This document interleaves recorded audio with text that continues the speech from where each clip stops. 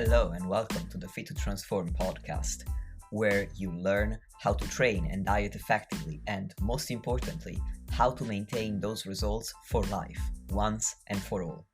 I'm Nikias Tomasiello, a transgender training and nutrition coach working online with anyone who's ready for a true lifestyle transformation, anywhere they may be in the world. As a friendly reminder, any and all information provided is for educational purposes only. You should consult with your doctor before implementing any changes to your diet and exercise program. With that disclaimer out of the way, thank you for being here. Now grab yourself a cup of tea or pre-workouts and enjoy. Yo, welcome back to the podcast. Today, I'm talking to Milo Wolf, who is a PhD student researching the relationship between hypertrophy and range of motion, which was also the main topic of the interview. I found this to be a really thought-provoking conversation, and in fact, I think that it will change to an extent the way I program for myself and for my clients as well. So stay tuned and listen to the end from some pretty groundbreaking ways to enhance hypertrophy that also appear to be evidence-based. And with that introduction, let's get straight into this conversation. Hello, and welcome back to the podcast, dear listeners. Today with me, I have Milo Wolf, also known as the ROM guy. Milo, welcome to the podcast. Thank you for having me. Today, I want to delve into your area of expertise, which is the relationship between hypertrophy and range of motion. But before we delve into the meat and potatoes of the conversation, I'd like to know who you are, what you do, and why you're so awesome at it. Stop at you. Yeah, so my name is Milo Wolf. I've been lifting for about 9 years now. I got into sports science because I got into lifting first, and I gradually got more interested in the science behind lifting weights, growing muscle, and building strength. And so eventually, I went to study sports science in the UK. I did my undergraduate degree, and now I'm in the process of finishing up my PhD on range of motion and muscle growth. So it all really stemmed from a personal interest in growing muscle and building strength, which eventually grew into an interest in the science behind it and an interest in helping others do the same. And yeah, I've both competed in powerlifting and bodybuilding, and I've coached a good amount of athletes now over time and Gen Pop clients as well. And that is, for the most part, my background in why I got into sports science and range of motion specifically as well. Thank you for the introduction. The way I came across your work for the first time was when I found out about your systematic review and meta-analysis, partial versus full range of motion for resistance training. Sorry, I got my words jumbled there. And so what I thought would be interesting to start with would be what got you interested in the relationship between range of motion, or ROM, and hypertrophy in the first place. Absolutely. So when I was in first or second year as an undergraduate, so I was about 18 or 19 years old, I started getting more and more into the evidence-based fitness space. And one of the topics I got interested in was range of motion.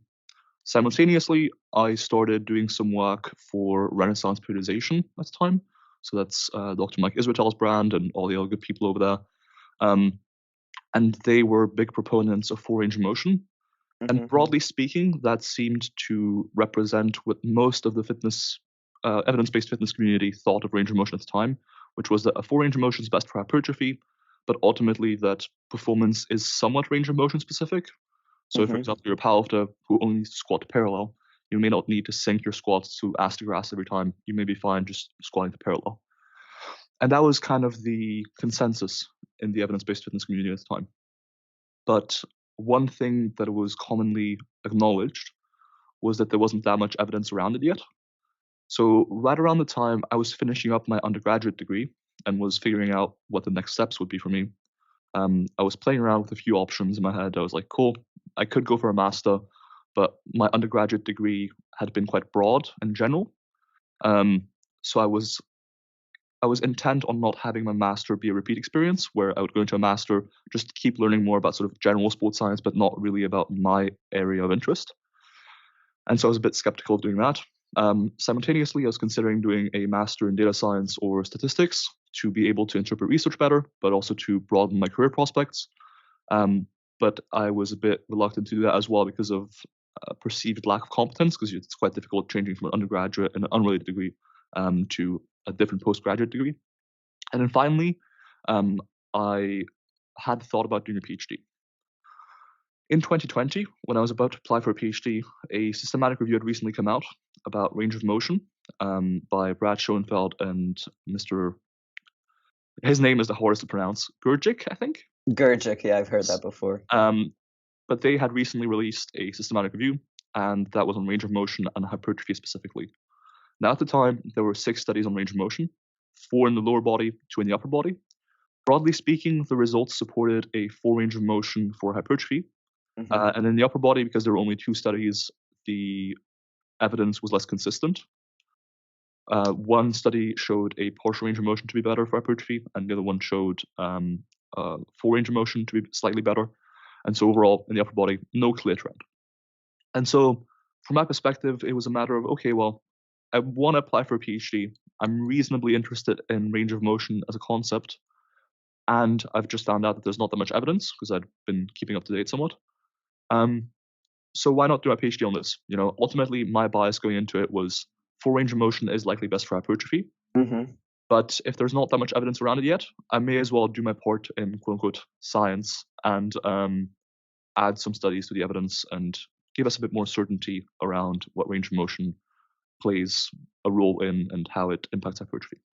Very interesting. So at the time you thought that likely full range of motion was going to be better for hypertrophy. Now, before we carry on, could you define, just to make sure that everybody's on the same page here, what full range of motion means in the literature and or in practice, if there's a difference, as well as what partial range of motion refers to, particularly partial range of motion at long and short muscle lengths, with maybe a couple of examples?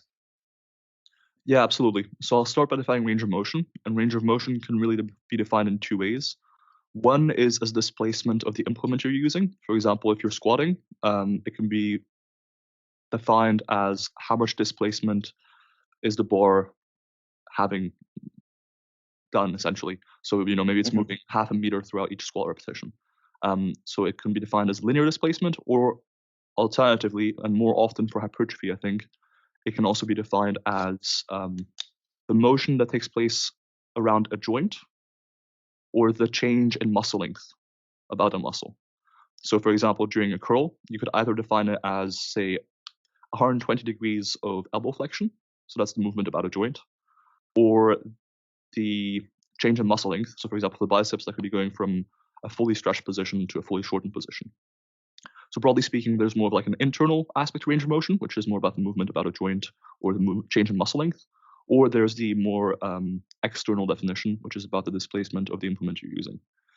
Broadly speaking, for hypertrophy, I'd mostly be using the movement about a joint definition because it's just a bit easier to measure, and I think it tells us a bit more about what muscle groups are actually changing muscle length, right?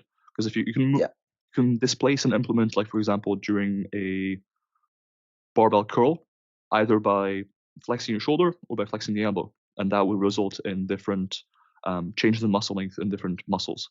For example, if you're flexing the shoulder, your front delts and your long head are going to get shortened, but not your short head of the biceps or your brachialis or brachioradialis. Whereas if you're flexing the elbow, your front delt won't be shortened, but the 3 elbow flexors will be. So generally, the movement about a joint is the definition we should stick with. Now, when it comes to distinguishing between full and partial range of motion, a full range of motion essentially just refers to the maximal range of motion you're able to attain in an exercise using the joints that are meant to be used, right? A partial range of motion is anything less than a full range of motion. So essentially, it's just a sub-maximal or less than full range of motion. So that could technically be anything from an isometric contraction all the way to 99% of a full range of motion. So it's quite a catch-all term, and it's a bit of a dichotomy, right? Like you're separating it to either full or completely maximal or anything less than that. There's no sort of in between there. And certainly it's worth looking at things on a spectrum rather than as a binary option of full or partial, I'd say. Now, with regards to muscle length, when you're talking about muscle length, with a full range of motion, you don't really get to choose the muscle length that much given an exercise, right? Like if you're doing a full range of motion on a squat, for example, the muscle lengths, the spectrum of muscle lengths you'll target are what they are. Like you'll get a relatively short muscle length at the top and a relatively long muscle length at the bottom, and the average muscle length will be perfectly in the middle of that, right? Where partial range of motion can be interesting in targeting different muscle lengths is that it can allow you to manipulate both the spectrum of muscle lengths being trained. So, for example, let's say you train through a muscle length of 100 and 0 with the full range of motion squat, 100 being the most lengthened and 0 being the least lengthened. With a partial range of motion squat, you can cut that down from maybe 25 to 75. So that you don't go to both ends of that spectrum, you sort of stay in the middle, right? So you're both changing the variety of muscle length you're training, but you can also change the average muscle length being trained. And I think that's the more important and more easy to understand variable. So for example, if you only do the bottom half of the squat, your average muscle length will be longer than if you were training the full range of motion. Likewise, if you're only training the top half or like a half squat of the squat, your average muscle length will be shorter than if you did a full squat. And so by using a partial range of motion, you're able to either increase or decrease the average muscle length of an exercise. And that means that the partial range of motion or partial reps can be either at shorter or longer muscle lengths. And the muscle length at which an exercise or a range of motion is performed may, in fact, dictate some of the adaptations that stem from it. Perfect. That was the most exhaustive explanation of range of motion for hypertrophy that I've heard. So thank you very much. This was pure gold. And now we're back to where we were with our story, with you deciding to study the relationship between partial versus full range of motion and hypertrophy. So you said that your bias was that likely full range of motion was going to be better for hypertrophy. The meta-analysis is free for everyone to read, so we can just quickly summarize what the results were, if you're okay with that. Yeah, of course. So this was about a year ago now, a bit less than a year ago. We worked on a meta-analysis, as you mentioned, and a systematic review of the evidence on range of motion, and not just muscle hypertrophy, but also on strength, power outcomes, sport outcomes, and body fat as well. The reason for that is there had been one systematic review and one meta-analysis on the topic before that, but they had focused on muscle hypertrophy specifically in the lower body and on strength, but that was before much evidence had come out. And it struck me as somewhat of a limitation that they only looked at lower body hypertrophy and not so much at upper body hypertrophy. And it also struck me as a bit of a limitation that we had all this data on strength, speed type outcomes, and all that other stuff, but we had chosen not to look at it despite actually doing a meta-analysis. And so I thought, look, ultimately, I think we can make more of this data than has been done so far, and so we went into it. To summarize, we found about 25 studies that looked at range of motion during a training intervention. So one group or one condition trained with a partial range of motion, one group or condition trained with a full range of motion, and they compared adaptations in either muscle size, strength, some sort of sport outcome, like a vertical jump or a sprint speed, some sort of power outcome, like rate of force development, and some sort of body fat outcome.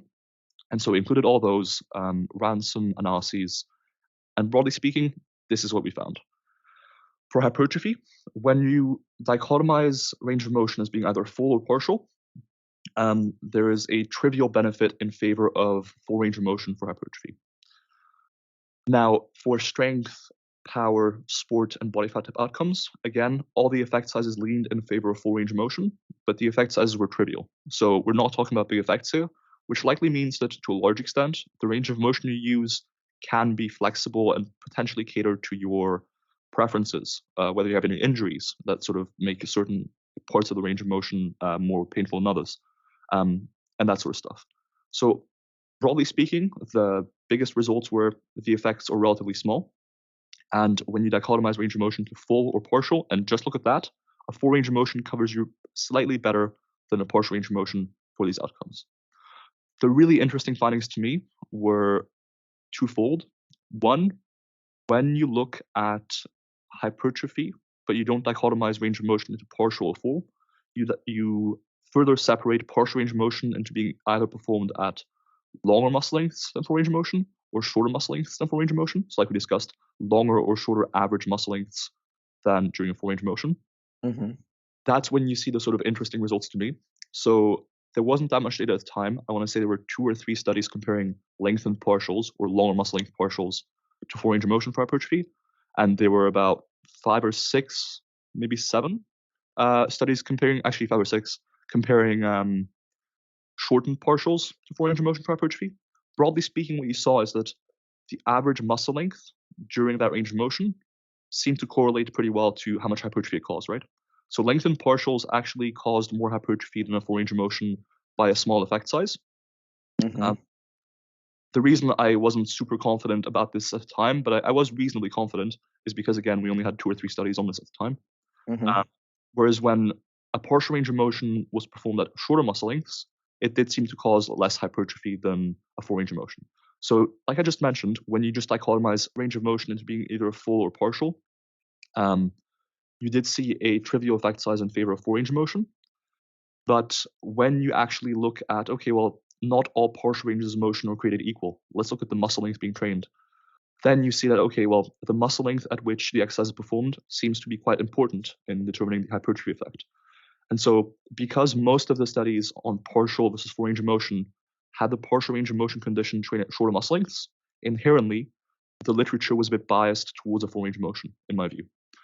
So that's why when you subdivided partial range of motion into shorter and longer, you actually saw, oh, longer muscle length partials may actually be better for hypertrophy than full range of motion, whereas full range of motion is better than shortened partials. And that seems to be likely just a byproduct of muscle length being trained, not so much a range of motion. So that's finding number 1. And this finding is supported by a few other areas of evidence as well. So there's 2 or 3 other bodies of literature that kind of look at the same thing, but not exactly, right? So one of them is there's now 9 studies comparing the same range of motion, a partial range of motion, but performed at different muscle lengths. So, for example, when you're doing a leg curl exercise, you can do it either in a seated fashion, when your hips are more flexed and thus your hamstrings are more lengthened because your hamstrings are hip extensors, or you can do it in a lying fashion when your hamstrings are more shortened because your hamstrings, again, are hip extensors. So the positioning of your hips matters and can change the muscle length of the hamstrings. There's been about 9 studies like those where they have one group perform the same range of motion but at shorter muscle lengths, and the other group perform the same range of motion but longer muscle lengths, and comparing hypertrophy outcomes after, say, 8 weeks of training. And broadly speaking, those 9 studies strongly support the effect of longer muscle length training on hypertrophy.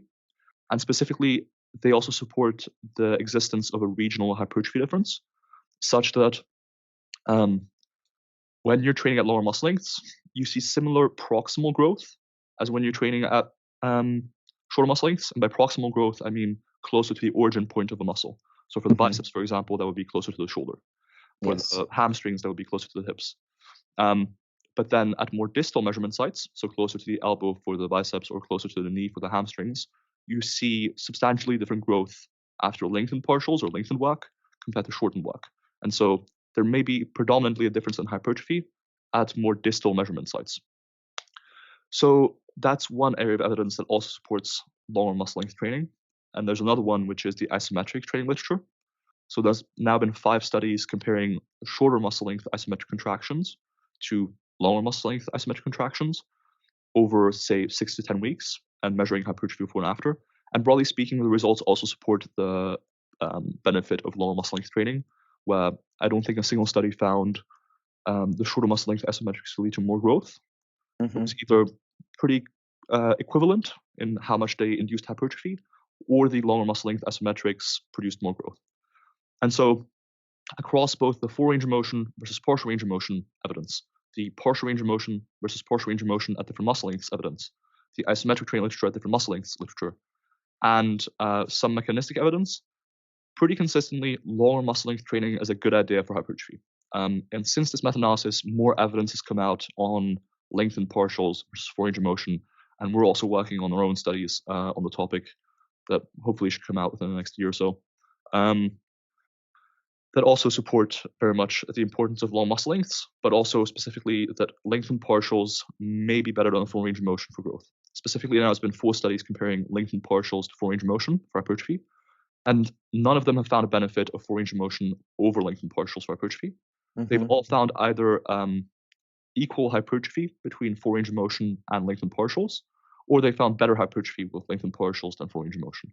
I want to say 2 or 3 of those 4 found better hypertrophy, and 1 or 2 found even hypertrophy between full range of motion and lengthened partials. Certainly, I would like to see more evidence comparing lengthened partials to a full range of motion for hypertrophy, and that's what we're working on right now. Like one of the studies that we've just started actually is comparing only lengthened partials to only full range of motion in the upper body in trained lifters across 8 weeks and measuring hypertrophy before and after. But I'd like to see more evidence, but at this point, because of how many different bodies of evidence support the role of lower muscle length work, and because of how consistent those 4 studies have been, and that it's either even hypertrophy or better hypertrophy, I'm very much open to recommending and implementing longer muscle length partials as a way of maximizing hypertrophy. The second finding that was interesting to me in the meta-analysis, and I think it's worth keeping in mind in sort of conjunction with this finding, is that performance very much appeared to be specific. So when we subdivided outcomes for strength, power, sports, etc., into having a bias of sorts, let's say, for example, the researchers assessed a partial or shallow squat or max. Inherently, the group training throughout the intervention shallow squats instead of astrograph squats would have an advantage in the sense that they actually trained the outcome or trained the range of motion that the outcome was testing. When you subdivided those outcomes into, for example, having a partial range of motion bias and that the partial range of motion group trained that range of motion, or a full range of motion bias and that the full range of motion group trained in that range of motion, whereas the partial range of motion group didn't, or having no bias, like for example, let's say they did an isometric test right in the middle of the range of motion. When you subdivided performance outcomes that way, what you saw very clearly is that range of motion appeared to be specific. So if you train a certain range of motion, you'll see better adaptations in that range of motion than if you train a different range of motion or a greater range of motion even. So if you want to, for example, maximize your powerlifting squat, at least in some part, your training should be just a parallel. You can make a case for having some longer muscle length training in there as well, for example, for more hypertrophy. But broadly speaking, performance outcomes are range of motion specific. So if you want to maximize adaptations in a certain outcome, you should definitely have some part of your training be specifically in that range of motion, no more, no less.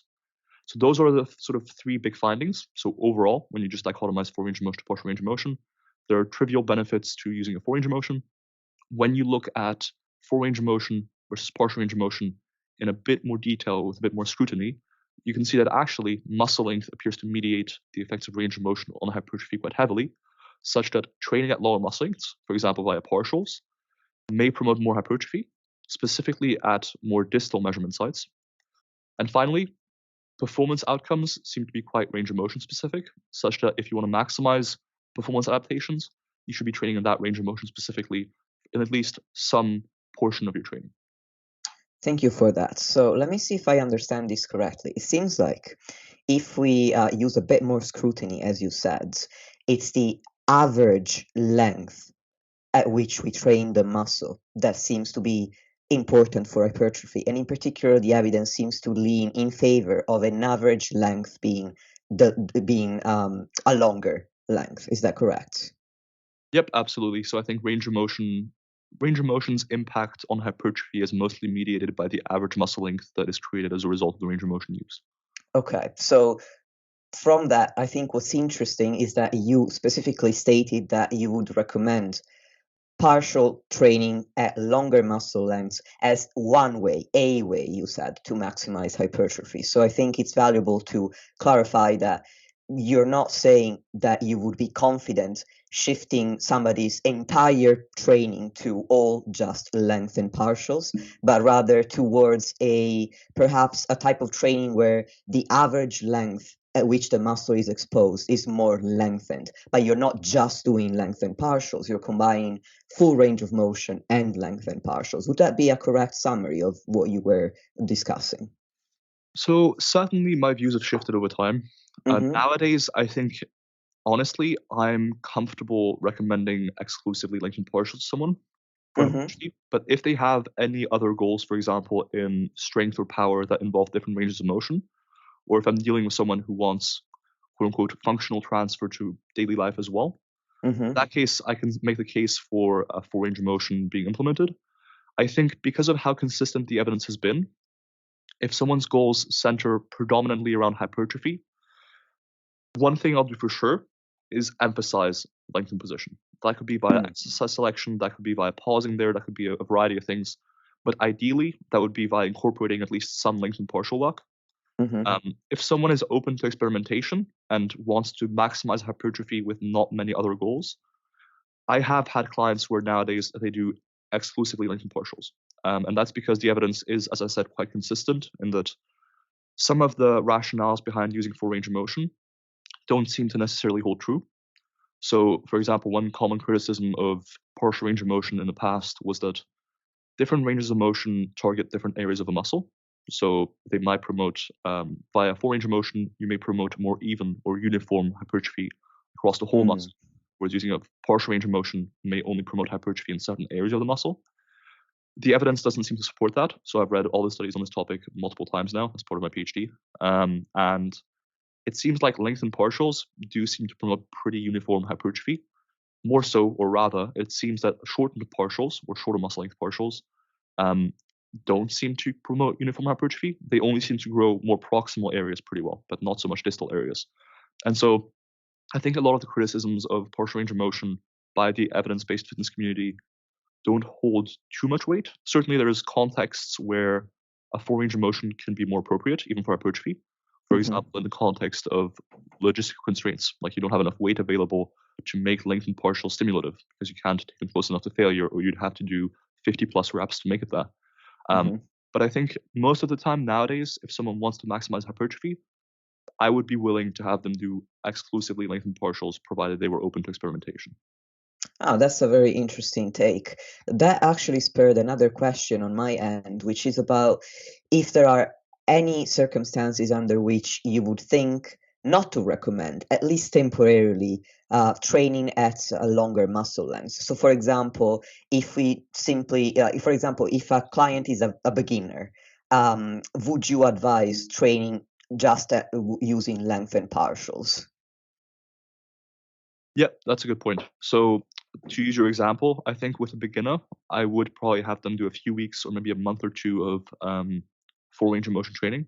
That would be mostly for them to have a sort of, a compass or like something to go off of in the future in their training, so that they can conceptualize what the full range of motion looks like before then moving into length and partials. I don't think there's anything like, length and partials are only a tool for the advanced, because I don't think it's true. I don't think there's any evidence to support that concept.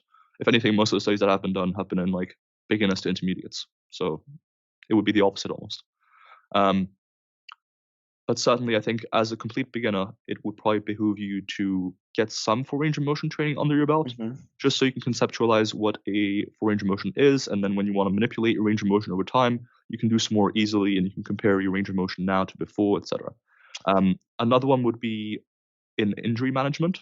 So what you see, and this is my PhD supervisor, James Steele, did a study on this during his PhD that I cited in my meta-analysis because it was on range of motion.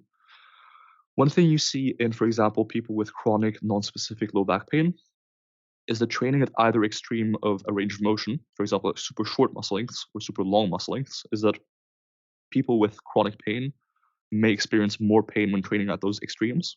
And so if I'm dealing with someone who has, say, a knee injury that they specifically feel a lot in the super flexed position or at very long muscle lengths, if pain is above a certain threshold that we deem sort of important, then I might exclude that position or change exercises first, because I think that length position is pretty important. So if all we have to do is change exercises and we can still train that lengthened position, then that might be preferable. But if independently of the exercise being used, we can't seem to be training that super long muscle length without substantial pain or like problematic levels of pain, in that case, I'll modify range of motion and might be using either a partial range of motion at shorter muscle lengths or just a sub-maximal or not quite full range of motion.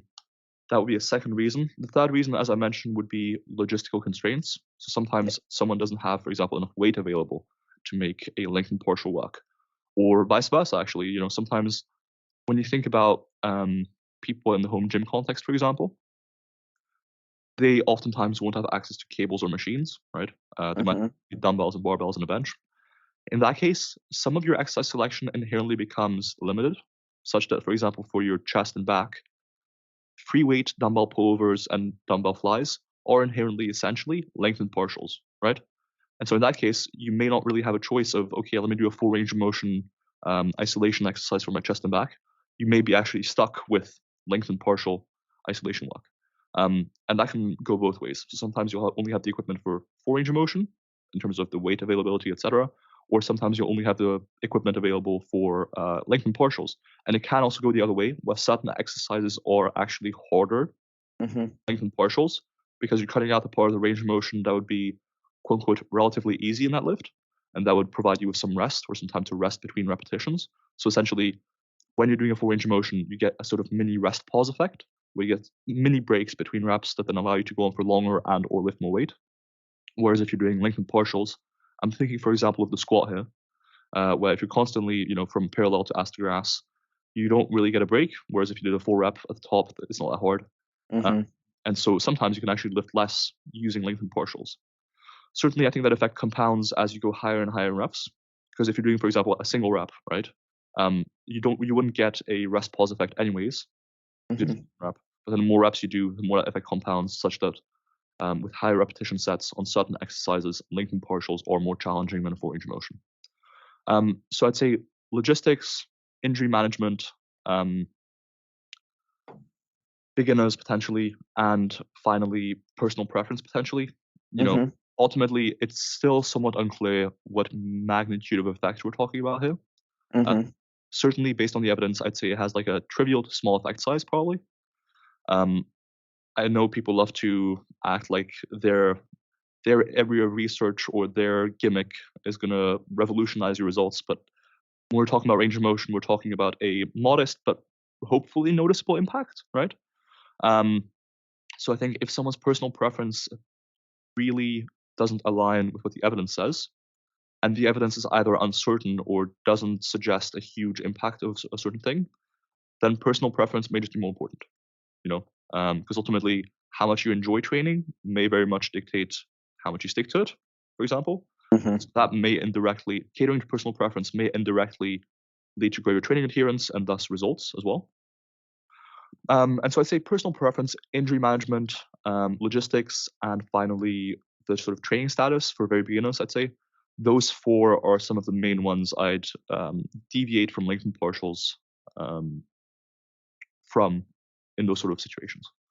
Thank you. I'm really glad we covered this because I really like your balanced position. I'm always trying to my best through my content not to promote black or white views. So I wouldn't want listeners to take away from this podcast that if they can't do length and partials, then their training is useless for hypertrophy. So I'm really glad that we went over these particular circumstances. Now, you've mentioned that there are specific ways to at least emphasize the lengthened range aside from doing length and partials. So could you cover those with some practical examples? Absolutely. Before I do so, and there's quite a few, I want to make clear that if anything, and I know this might strike people as somewhat weird, these are a bit more experimental than lengthened partials. And it's ironic because people probably think of lengthened partials being more experimental. But actually, lengthened partials have been studied pretty consistently now. We have quite a few studies on this. Whereas the ways of emphasizing the lengthened position I'm about to suggest haven't been directly studied. So while it stands to reason that they would have some effect in improving hypertrophy because they're emphasizing that stimulative, productive, lengthened position, it hasn't been studied directly. So it's kind of like it's, with lengthened partials, we kind of have mapped out that area of the map already. But with these things, those areas seem less dangerous to people because they're more familiar, whereas lengthened partials are, it's a big way of shifting your training. We don't actually know what that looks like in terms of, does it improve hypertrophy? It probably does. It stands to reason, but I wouldn't say it's as evidence-based, quote unquote, as just doing lengthened partials. But if you're a bit reluctant to change your range of motion for some reason and just want to find ways to emphasize the lengthened position, if you're not feeling quite as experimental with your range of motion and changing that, then I think there's a few ways of emphasizing that lengthened position. The first one would be pausing in the lengthened position. And generally, there's two modifications to tempo I would suggest. The first one is pausing in the lengthened position. And the second one is slowing down the eccentric a decent bit when you get to the bottom of a lift or to the stretch position. So the more you control the eccentric, the higher the force production requirement to do so, right? Like if you didn't control it on the way down at all, it would just drop. So the more force you put in, the slower it'll move down, right? And so if you want to make an exercise more stimulative, we probably want to control the weight more and more as we get to longer and longer muscle lengths, especially when that part of the lift is reasonably challenging, right?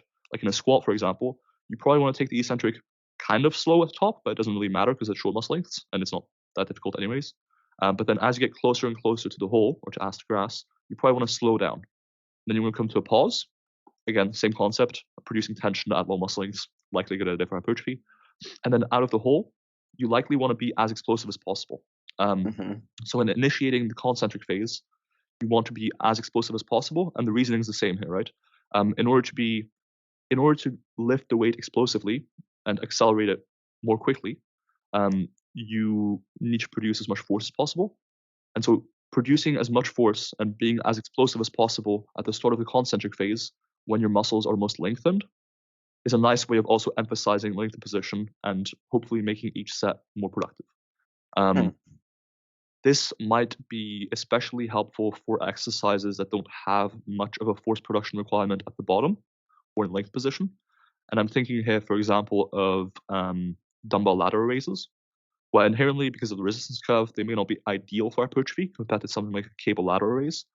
But by being explosive out of the bottom, even though you could easily make that part of the lift happen without producing much force, by being explosive out of the bottom, you're producing more force than is necessary, but you're producing a lot of force in that lengthened position, which is likely a good thing for hypertrophy. So that's one thing. I think tempo modifications could be one way of applying it. And that also, broadly speaking, means you should probably avoid pausing in a shortened position, because that is the least stimulative part of the exercise. And so, whatever you add to the shortened position, you kind of have to take away from the lengthened position, right?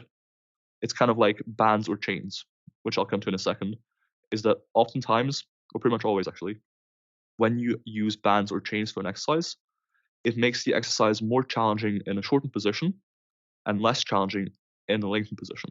And for hypertrophy, that's the opposite of what we want.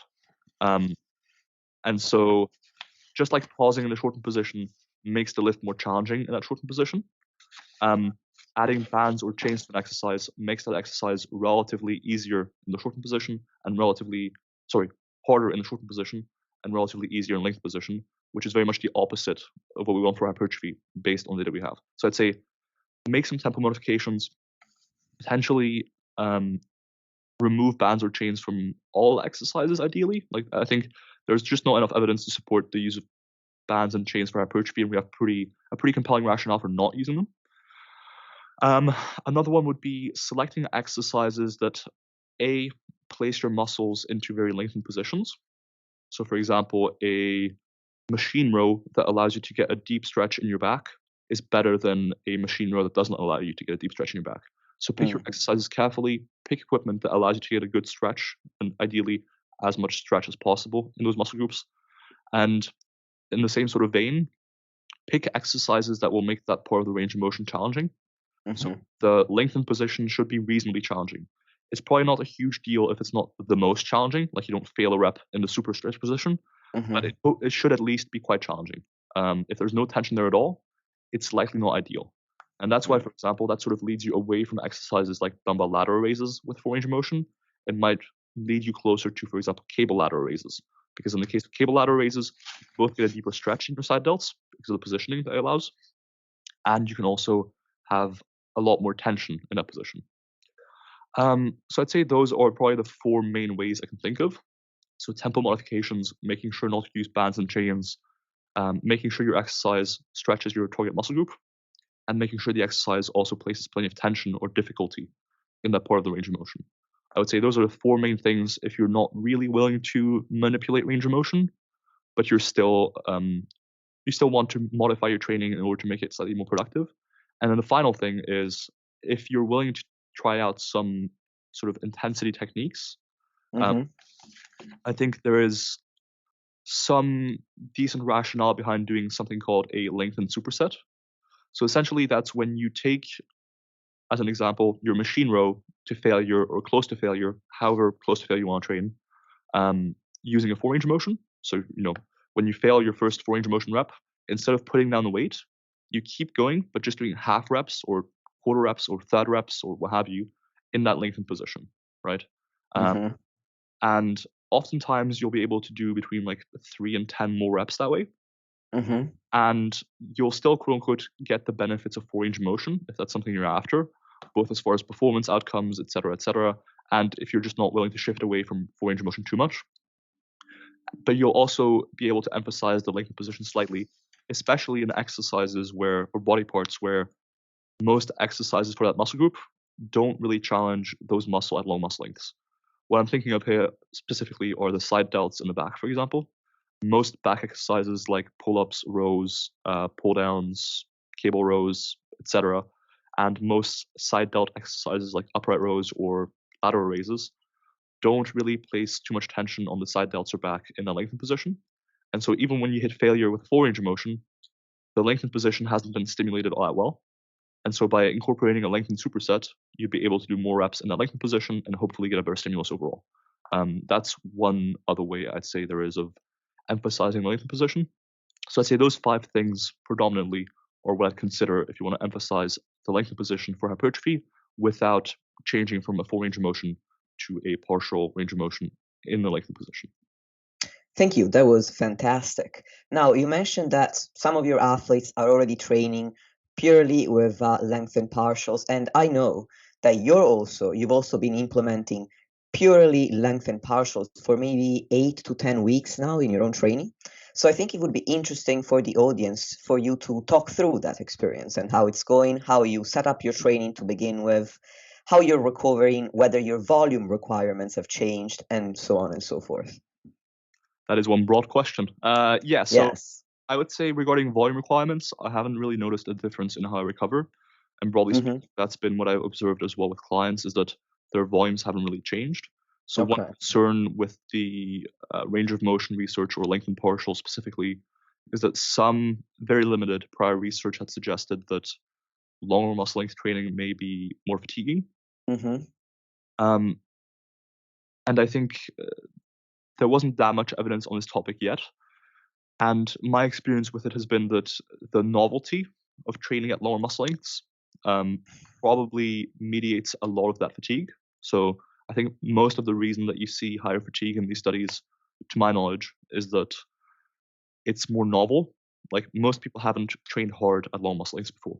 So just like the first time you train legs or when you sprint downhill when you usually don't do so, you'll get sore. It's normal and you'll get fatigued. But the more you do it, I think eventually it's very comparable to a 4 range of motion. So I don't think it's inherently more fatiguing, and certainly my volume requirements haven't really changed. It's hard to say because, especially in the short term, you can't really determine whether something caused more growth than something else on an N=1 basis, because there's a lot of confounders as well. Nikias today isn't the same Nikias as 2 months ago in terms of stress, sleep, variety of things. So when you're comparing, say, 8 weeks of training now to 8 weeks of training 2 months ago, it's difficult to draw causal inferences. I'd say overall, my experience has been reasonably positive. I'm very cautious around making strong claims around my experience. Ultimately, this is why we have science. If all it took was N=1 anecdotes to convince someone else to do something, we'd be running into a lot of issues. So I'd say my experience has been reasonably positive, and likewise with my clients. I'd say the biggest issue with clients has been people who enjoy 4 range of motion don't necessarily enjoy lengthened partials that much. So I've had a couple clients who just conceptually or in terms of preference really enjoyed 4 range of motion, and when we switched them over to a partial range of motion, they didn't enjoy it that much, and so we sort of shifted them back a little bit. But for the most part, people have enjoyed it. I would say the acute feedback, like pump, soreness, etc., has been pretty comparable as well. I think it's a similar thing as with recovery or fatigue from lengthened partials. Initially, there was a slight sort of adjustment period for the first week or two, I'd say. And generally, I do recommend people transition relatively gradually into doing, like, let's say someone's doing only full range of motion right now and they want to go and do only lengthened partials. I would probably transition them over at least a few weeks. Mm-hmm. I don't think it's a huge deal if they just jump into it, because ultimately, if you've been doing a full range of motion consistently, you've already exposed yourself to long muscle lengths with plenty of tension. Mm-hmm. But it's a slightly increased emphasis on those positions. So I'd say a gradual transition of maybe a couple weeks is a good idea. As I said, certain exercises are easier with a lengthened partial approach, and certain exercises are harder, and certain exercises are approximately the same. So it did require some adjustment in the working load. And on some exercises, it's meant I progressed relatively quickly, and I think that correlates pretty well to what exercises are relatively easy in a lengthened position usually. So when you do them as a lengthened partial, they become actually relatively hard there. So for example, on machine rows or pull-ups or what have you, I've seen some relatively quick progression in my numbers. Whereas for things like a bench press or a squat, where performing a lengthened partial isn't actually all that different from a full range of motion when you think about it. Because in a squat, for example, the top third of the movement, not really all that much is happening anyways. So switching full range of motion to a lengthened partial is likely not changing the exercise all that much. And so the weights being used and the progression that you're seeing is pretty similar to what you would have gotten with full range of motion. So I'd say broadly speaking, that's been my experience. I think as I said, my acute feedback has been similar. I certainly haven't noticed any less muscle growth or necessarily any more muscle growth either than before. Yeah. It's interesting because people have sort of referred to what I'm doing as an experiment. I'd say it's not really. Like at this point, if my goals are purely hypertrophy, which they are, I don't see a compelling reason to do full range of motion only. I see the evidence is leaning in favor of lengthened partials for hypertrophy. And so it's not really an experiment. It's more like just, if the evidence was leaning in favor of full range of motion, you wouldn't call doing full range of motion an experiment. This is an experiment either. The evidence is supporting it, so I'm doing it. Yeah. So yeah, that's been my experience with doing lengthened partials. It's been a nice change of pace as well. But as I said earlier, there are cases where I wouldn't use it. But if your goals are purely hypertrophy, at this point, I'm pretty comfortable recommending them.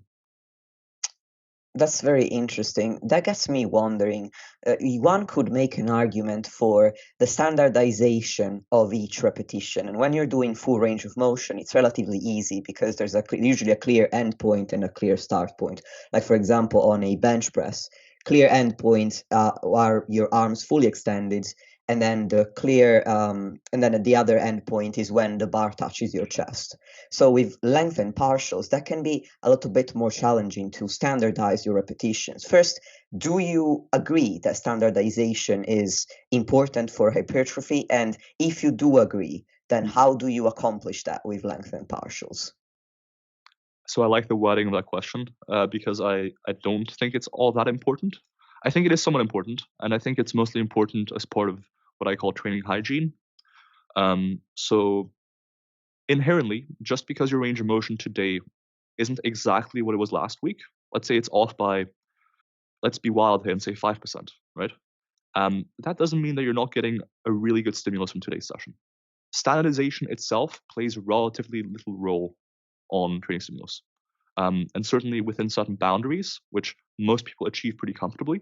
Like I'd say, when you tell people, hey, train with the same range of motion week to week, very few people will be off by, say, more than 10% week to week.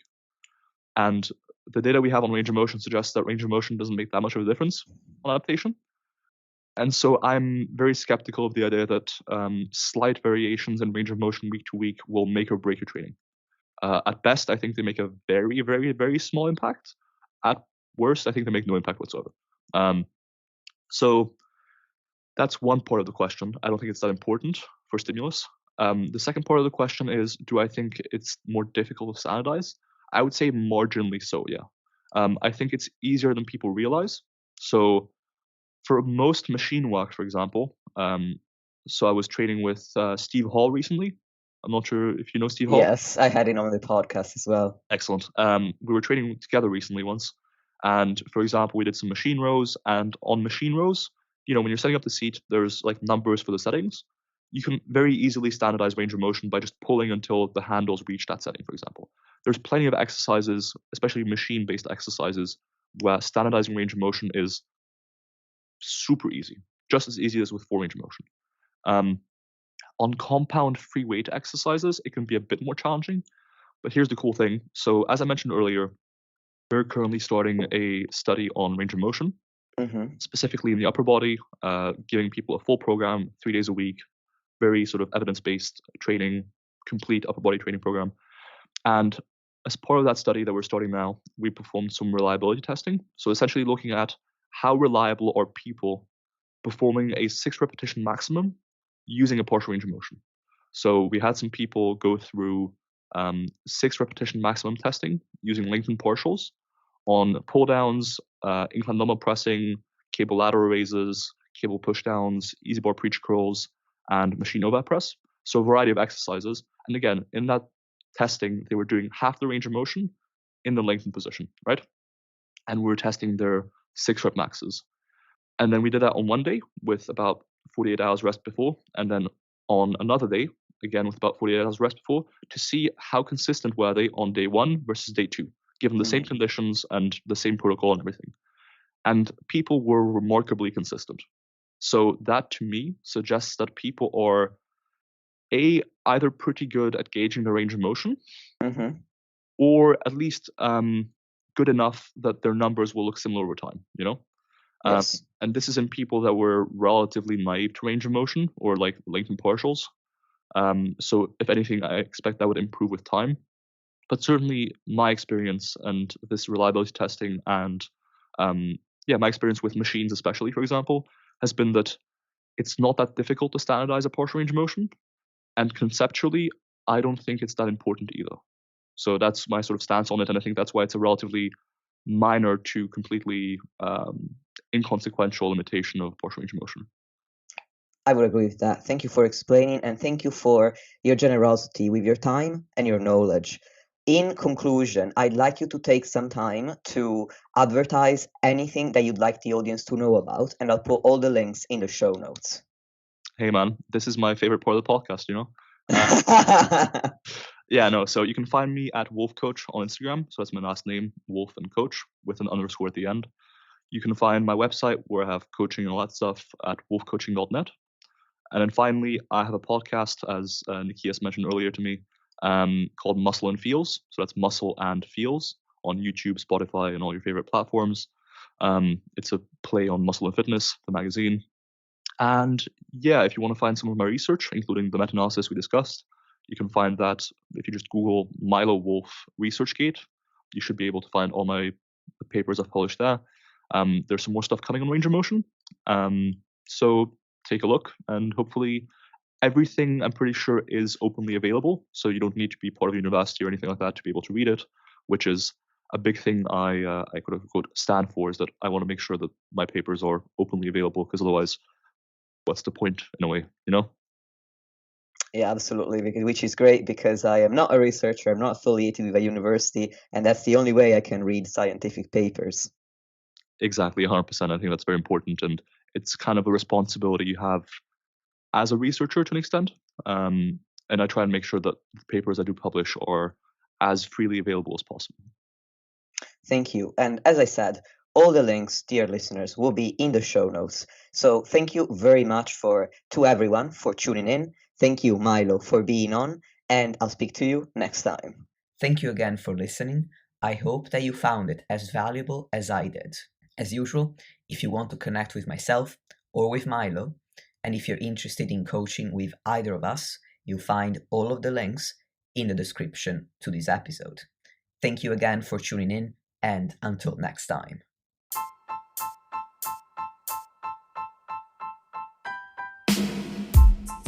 Lastly, if you want to support the podcast and help me reach more people, please leave a 5-star rating or review on any podcast platform that you're using. Thank you very much for listening, and I'll speak to you soon.